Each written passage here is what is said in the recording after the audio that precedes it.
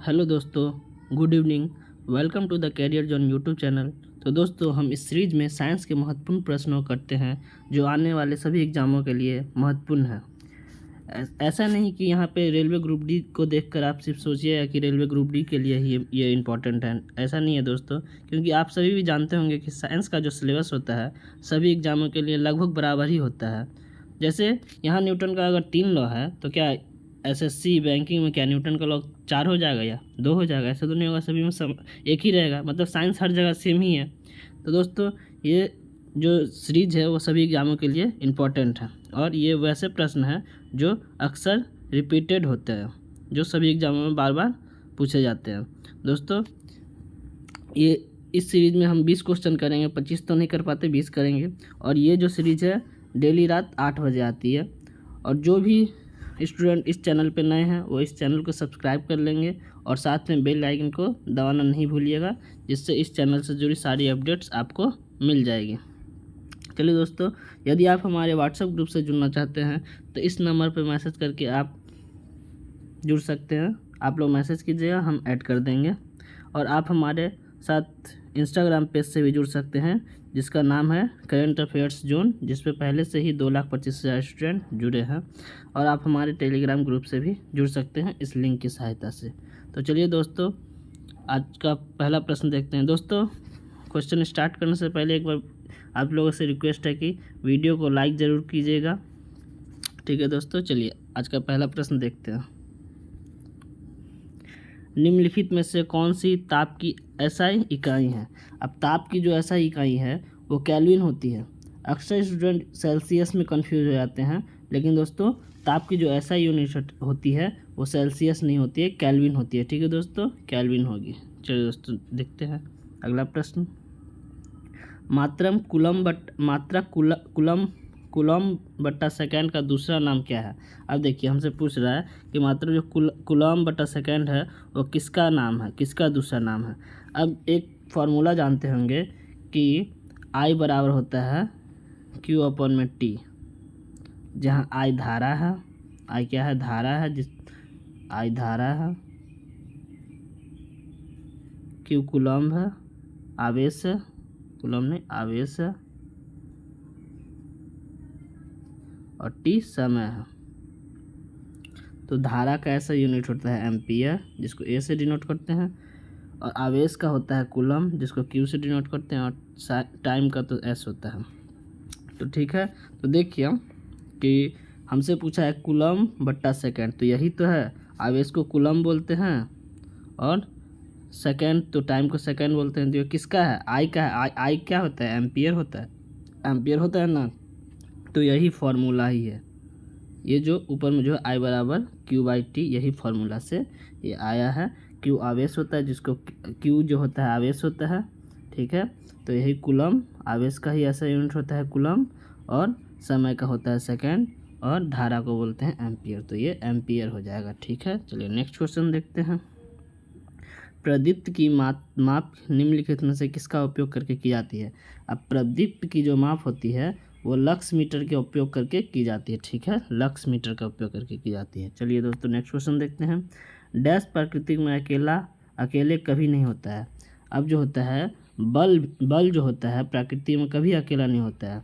यदि देखिए, जैसे कि हम इस दीवार पे हम कोई फोर्स लगाते, एक आदमी है, ये दीवार पे धक्का दे रहा है, तो मान लीजिए ये 5 न्यूटन फोर्स से ये धक्का दे रहा है, तो ये दीवार भी जो होगा इस पे फोर्स लगाएगा। ये दीवार जो है इस पे फोर्स लगाएगा, कितना लगाएगा? 5 ही न्यूटन लगाएगा। लेकिन डायरेक्शन देखिए, ये जो आदमी है वो लगा रहा है इस तरफ फोर्स, और ये दीवार लगा रहा है इस तरफ फोर्स। तो यही होता है कि जो इसका जो होगा यूनिट बोल रहे, मतलब इसका जो मान होगा समान होगा।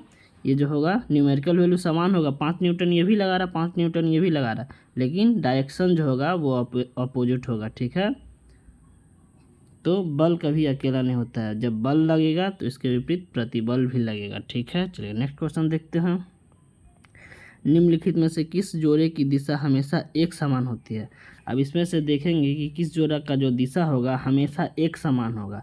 तो बल और त्वरण का जो दिशा होता है हमेशा समान, एक ही समान होता है, एक ही दिशा में होता है बल और त्वरण। ठीक है, चलिए दोस्तों नेक्स्ट क्वेश्चन देखते हैं। डैश तुलनात्मक रूप से ऊष्मा के कुचालक होते हैं। अब जो इसमें से होता है ऊष्मा का कुचालक होता है, कौन सा ऊष्मा का कुचालक होता है? देखिए आप पारा लेड में देखिएगा कि पारा को क्या है, पारा को देखते हैं थोड़ा सा भी हीट मिलता है, वो तो ऐसे भी ये लिक्विड फॉर्म में पाया जाता है, पाया जो है रूम टेम्परेचर पर ही वो द्रव अवस्था में पाया जाता है। तो जो पारा जो होता है Hg जिसको बोला जाता है, वो तो थोड़ा सा ही ताप मिलने पे उसको वो लिक्विड फॉर्म में है, रूम टेम्परेचर भी बोल सकते हैं कि रूम टेम्परेचर पर ही लिक्विड फॉर्म है। तो ऊष्मा का कितना कुचालक, सॉरी ऊष्मा का तो इतना अच्छा सुचालक है, लेकिन इसके तुलना में जो लेड जो होता है ऊष्मा का कुचालक होता है। किसके तुलना में? पारा के तुलना में कुचालक होता है। ठीक है, चलिए दोस्तों नेक्स्ट क्वेश्चन देखते हैं। और देखिए यहाँ सिल्वर है, यहाँ गोल्ड है, तो गोल्ड के तुलना में सिल्वर जो होता है कुचालक नहीं होता, ये चालक ही सुचालक होता है। गोल्ड सिल्वर से अच्छा जो चालक होता है ऊष्मा का वो गोल्ड होता है। आयरन से अच्छा ऊष्मा का जो चालक होता है वो कॉपर होता है, और एल्युमिनियम से भी अच्छा कॉपर होता है, लेकिन पारा से अच्छा लेड नहीं होता है। ठीक है, इसमें तुलना करके बताना था। ठीक है, चलिए नेक्स्ट क्वेश्चन देखते हैं। निम्नलिखित में से कौन सा उपकरण विद्युत प्रवाह के ताप प्रवाह पर आधारित नहीं है? अब देखिए जो विद्युत प्रवाह के तापन प्रवाह पर कौन आधारित नहीं है? माइक्रोवेव जो होता है वो विद्युत प्रवाह के तापन प्रवाह पर आधारित नहीं होता है। ठीक है दोस्तों, चलिए नेक्स्ट क्वेश्चन देखते हैं। शक्कर के घोल में शक्कर एक क्या है? अब देखिए कि जो होता है एक होता है, देखिए एक होता है विलायक, क्या होता है? विलायक, एक होता है विलय, और ये दोनों मिलके बनता है क्या? विलयन। क्या बनता है? दोनों मिला के विलयन। तो विलायक होता है जिसका मात्रा ज़्यादा होता है। विलायक क्या होता है? जिसका मात्रा, जैसे हम अगर शरबत बनाएंगे तो शरबत में पानी देंगे और चीनी देंगे, तो इसमें मात्रा किसका ज़्यादा होता है? पानी का मात्रा ज़्यादा होता है। जैसे 1 लीटर पानी में हम कितना 50 ग्राम चीनी दे देते हैं, तो जिसका मात्रा ज़्यादा होता है उसको बोलते हैं विलायक, और जिसका मात्रा कम होता है उसको बोलते हैं विलय। ठीक है, और दोनों को मिला के अब ये क्या बन गया? शरबत। तो शरबत को बोलेंगे विलयन। ठीक है, तो हमसे पूछ रहा है शक्कर के घोल में शक्कर क्या है? तो देखिए मान लीजिए कि ये चीनी के जगह पे हम शक्कर ही लिख देते हैं। पानी में अगर शक्कर को मिला दिए तो क्या ये जो शक्कर है वो घुला हुआ पदार्थ नहीं हो गया? शक्कर तो घुल जाएगा, या मान लीजिए चीनी तो घुल जाएगा। शरबत में चीनी घुला हुआ रहता है, तो घुला हुआ पदार्थ है। चलिए दोस्तों यही क्वेश्चन था। चलिए नेक्स्ट क्वेश्चन देखते हैं। जब लेड नाइट्राइट का एक अणु गर्म किया जाता है तब, अब देखिए दोस्तों पहले ये रिएक्शन समझते हैं क्या है। लेड नाइट्रेट का सूत्र होता है PbNO3 का होल ट्वाइस अब जब इसको हम गर्म करते हैं तो देखिए रिएक्शन देखिए क्या होता है। PbNO3 का होल ट्वाइस को गर्म करने पर, ये गर्म का चिन्ह है, गर्म करेंगे तो क्या हो जाएगा? PbO plus NO2 plus O2 ये बनेगा। जब इस समीकरण को हम बैलेंस करेंगे तो देखिए यहाँ पे 2 लिखते हैं, तो यहाँ देखिए Pb 2 हो गया, तो यहाँ भी हम Pb को 2 कर देते हैं, यहाँ भी Pb को 2 कर देते हैं। अब देखिए Pb यहाँ 2 हो गया, यहाँ भी 2 हो गया। अब देखिए कि ऑक्सीजन यहाँ कितना हो गया? 6, 3 दूना 6, दूना 12 ऑक्सीजन हो गया। यहाँ पे ऑक्सीजन कितना है? यहाँ हो गया 2 ऑक्सीजन, यहाँ 2 ऑक्सीजन, 4 ऑक्सीजन, और 4 ऑक्सीजन बचा 8 ऑक्सीजन। तो यहाँ अगर हम 4 दे देंगे तो ऑक्सीजन यहाँ 8 हो जाएगा, तो यह ऑक्सीजन 8 हो गया। अब देखिए यहाँ ये नाइट्रोजन कितना हो गया? नाइट्रोजन हो गया 2 दूना 4, तो यहाँ देखिए नाइट्रोजन 4 हो गया। अब ये इक्वेशन बैलेंस हो गया है। अब देखिए हमसे पूछा गया है, क्वेश्चन को ऊपर करने पे दोस्तों ये सारा मिट जाएगा, इसलिए हम क्वेश्चन ऊपर नहीं करते हैं, क्वेश्चन हम मुंह से ही बोल देते हैं कि क्वेश्चन क्या था। बोला गया था कि लेड नाइट्राइट के एक अणु को गर्म करने पर क्या होगा? ये ऑप्शन है। अब बोला गया है कि लेड नाइट्रेट के एक अणु को गर्म करने पर क्या होगा? अब ऑप्शन भी नहीं दिख रहा है। एक मिनट, ऑप्शन कैसे दिखेगा, इसे मिटाना ही पड़ेगा, फिर से मैं लिख दूंगा, रुकिए। देखिए यहाँ पहले क्वेश्चन पढ़ लीजिए कि लेड नाइट्रेट को के एक अणु बोल रहा है ना, एक अणु बोल रहा है, इसको याद रखिएगा क्योंकि बाद में क्वेश्चन नहीं दिखा पाएंगे। ठीक है, चलिए रिएक्शन फिर से लिखते हैं, नहीं तो रुकिए यहीं पे मैं रिएक्शन लिख देता हूँ कि लेड नाइट्रेट को जब गर्म करेंगे, ये गर्म का चिन्ह है, तो क्या होगा, PbO plus NO2 plus O2। जब इसको बैलेंस करेंगे तो हो जाएगा ये 2 Pb और यहाँ 2 Pb हो गया। अब देखिए यहाँ पे ऑक्सीजन हो गया 12, यहाँ पे क्या है 2 ऑक्सीजन, यहाँ 2, यहाँ 2, यहाँ 2 हो गया, 8 बचा। तो यहाँ अगर हम 4 दे देते हैं तो 8 ऑक्सीजन यहाँ से हो गया। अब नाइट्रोजन यहाँ हो गया 4, देखिए यहाँ भी 4 हो गया। अब ये बैलेंस हो गया है। अब हमसे बोला गया है कि लेड नाइट्रेट के एक अणु को गर्म करने पर कितना, अब ये ऑप्शन पढ़ेंगे तो देखिए एक अणु को गर्म करते हैं तो कितना, यहाँ देखिए लेड नाइट्रेट का फॉर्मूला होता है PbNO2, सिर्फ इतना होता है PbNO2, ये 2 नहीं होता है, ये तो बैलेंस करने के लिए मैंने दिया है PbNO2, तो ये एक अणु हो गया। ठीक है, अब देखिए कि ऑक्सीजन का 2 मोल मिलता है, ऑक्सीजन को 2 मोल मिलेगा। देखिए यहाँ पे जब दो अणु मतलब लेड नाइट्रेट का 2 अणु को गर्म कर रहे हैं, फिर भी हमको एक ही ऑक्सीजन का अणु मिल रहा है। यहाँ देखिए एक ही ऑक्सीजन का अणु मिल रहा है, जब एक को करेंगे तो और कहाँ से मिलेगा हमको, तो अब देखिए नाइट्रोजन डाइऑक्साइड गैस के 1 मोल, अब नाइट्रोजन डाइऑक्साइड के 1 मोल मिलेगा।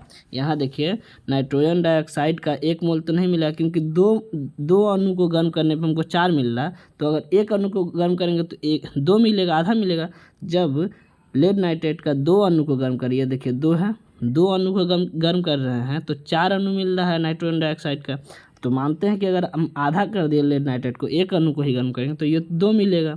तो मेरा 2 आंसर सही होगा, नाइट्रोजन डाइऑक्साइड का 2 मोल मिलेगा, 2 मोल उत्पन्न होगा। ठीक है, 3 मोल भी नहीं होगा, 1 मोल भी नहीं होगा और ऑक्सीजन का 2 मोल भी नहीं होगा। ठीक है, ये ऑप्शन हो जाएगा। यहाँ से देख लीजिएगा, यहाँ 4 मोल आया है, क्यों आया 4 मोल, क्योंकि लेड नाइट्रेट का हम 2 अणु लिए हैं, लेड नाइट्रेट का 2 अणु लिए हैं, लेकिन हमसे क्वेश्चन में पूछा गया है एक अणु लेने पर, तो एक अणु लेंगे तो इसका आधा हो जाएगा 2 मोल। ठीक है, चलिए नेक्स्ट क्वेश्चन देखते हैं। बायोगैस का प्रमुख हिस्सा, अब बायोगैस का जो प्रमुख हिस्सा होता है वो मीथेन होता है। ठीक है, CH4। ठीक है दोस्तों, बायोगैस का जो प्रमुख हिस्सा होता है मीथेन होता है। चलिए नेक्स्ट क्वेश्चन देखते हैं। डैश का प्रयोग कारों में पेट्रोल के साथ ईंधन के रूप में किया जाता है। अब देखिए इथेनॉल का प्रयोग जो होता है कारों में ईंधन के रूप में किया जाता है। ठीक है, इथेनॉल का फॉर्मूला होता है C2H5OH, H5OH। बेंजीन का तो जानते होंगे C6H6, और ब्यूटेन का होता है C4 ब्यूटेन, एक मिनट, C4 ब्यूटेन होता है, C4 तो H10। ठीक है, ये होता है ब्यूटेन का। ठीक है, इसका होता है एल्केन ग्रुप का है, तो एल्केन का क्या होता है CnH2n+2, ये फॉर्मूला आता है एल्केन ग्रुप का। तो यहाँ देखिए n के जगह पे हम 4 रखें, n के जगह पे 4 रखें तो h के जगह पे 2n+2, तो जब n के जगह पे 4 रखेंगे तो ये 10 हो जाएगा। ठीक है, इसीलिए हो गया। तो यहाँ पे जो पेट्रोल में ईंधन के रूप में जो प्रयोग किया जाता है वो एथेनॉल का किया जाता है। ठीक है, चलिए नेक्स्ट क्वेश्चन देखते हैं। निम्नलिखित में से एथेनॉल किससे प्राप्त किया जाता है। अब जो एथेनॉल है वो गन्ना से प्राप्त किया जाता है, गन्ने से एथेनॉल बनाया जाता है। ठीक है, चलिए नेक्स्ट क्वेश्चन देखते हैं। आज का क्वेश्चन जो उसमें समझाने लायक कुछ भी नहीं है, 1-2 क्वेश्चन है जिसमें मैं समझा दूंगा। ठीक है, ग्लिसरॉल का रासायनिक सूत्र क्या होता है। ग्लिसरॉल का जो रासायनिक सूत्र होता है C2H8O3 होता है। ठीक है, C6H8O3। ठीक है, साबुन जब बनाते हैं उसमें से सह उपवाद जो निकलता है ग्लिसरॉल ही निकलता है। कभी कभी क्वेश्चन पूछ देता है कि साबुन बनाने में सह उत्पाद के रूप में क्या निकलता है, तो उसका आंसर हो जाएगा ग्लिसरॉल। ठीक है, और इसका जो सूत्र होता है C2H8O3। ठीक है, चलिए नेक्स्ट क्वेश्चन देखते हैं। डैश को किस वस्तु में मौजूद पदार्थ की मात्रा के रूप में परिभाषित किया जाता है। अब जो द्रव्यमान को है किसी वस्तु में मौजूद पदार्थ की मात्रा के रूप में परिभाषित किया जाता है। ठीक है, चलिए नेक्स्ट क्वेश्चन देखते हैं। आज का क्वेश्चन बहुत ईजी है दोस्तों। 1 और 2 रुपये के सिक्के डैश से बने होते हैं, और 1 और 2 रुपये के जो सिक्के होते हैं फेरेटिक स्टेनलेस स्टील के बने होते हैं, ठीक है, फेरेटिक स्टेनलेस स्टील के बने होते हैं, ठीक है। चलिए नेक्स्ट क्वेश्चन देखते हैं। निम्नलिखित में से क्या स्वच्छ ईंधन का गुण है? अब स्वच्छ ईंधन का गुण क्या होगा? जो प्रदूषण कम फैलाए, प्रदूषण मुक्त हो, जिसमें प्रदूषण ना हो, ठीक है। तो स्वच्छ ईंधन का गुण क्या होता है? प्रदूषण मुक्त, जिसमें प्रदूषण ना फैले, ठीक है। यहाँ देखिए अनवीकरणीय, ये नहीं होगा। बहुत अधिक धुआं उत्पन्न, बहुत अधिक करेगा तो वह स्वच्छ ईंधन कहाँ से हुआ? बहुत अधिक ग्रीन हाउस गैस का उत्पन्न करना, ये ग्रीन हाउस गैस का भी उत्पन्न नहीं करना चाहिए बहुत अधिक, ठीक है। तो प्रदूषण मुक्त होना चाहिए, ठीक है। चलिए नेक्स्ट क्वेश्चन देखते हैं।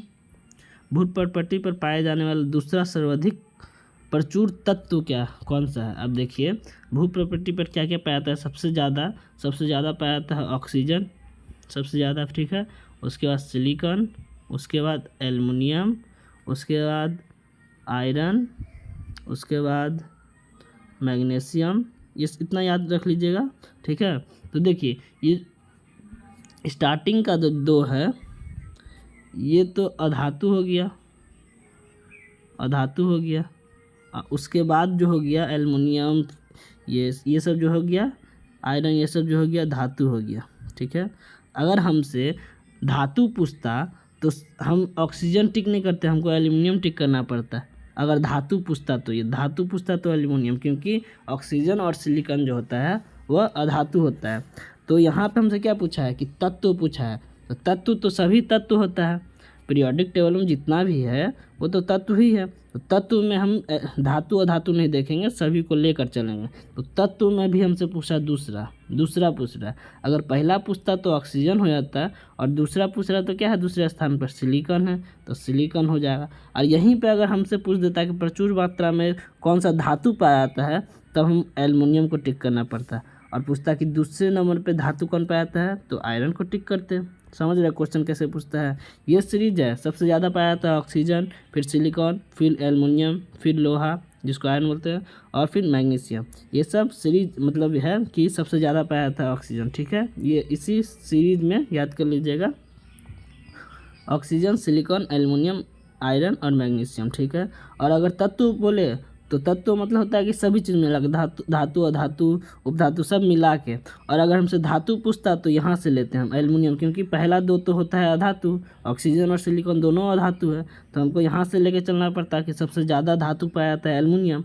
और सबसे पूछता कि सबसे ज़्यादा क्या पाया जाता है, कुछ भी लिखता ही नहीं, तत्व धातु अधातु कुछ लिखता नहीं, तो हम सबसे ज़्यादा क्या पाया जाता है? ऑक्सीजन, ठीक है। चलिए नेक्स्ट क्वेश्चन देखते हैं। आँखों को लेंस की फोकल लंबाई संयोजित करने में मदद करती है। अब देखिए कि जो आँखों में जो लेंस होता है उसकी लंबाई को कौन संयोजित करता है, मतलब उसकी लंबाई को बढ़ाता घटाता कौन है? तो देखिए कि जो ये होता है आँख, रफली डायग्राम है, फिर ये होता है, हम सबका नाम लिख देंगे,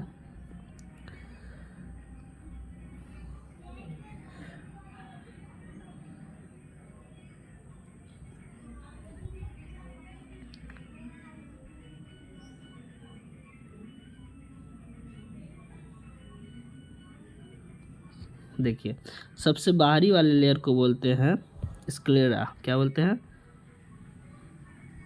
स्क्लेरा, ठीक है। उसके भीतरी वाली लेयर को बोलते हैं कोराइड, और सबसे अंदर वाली लेयर को बोलते हैं रेटिना, क्या बोलते हैं? रेटिना, ठीक है।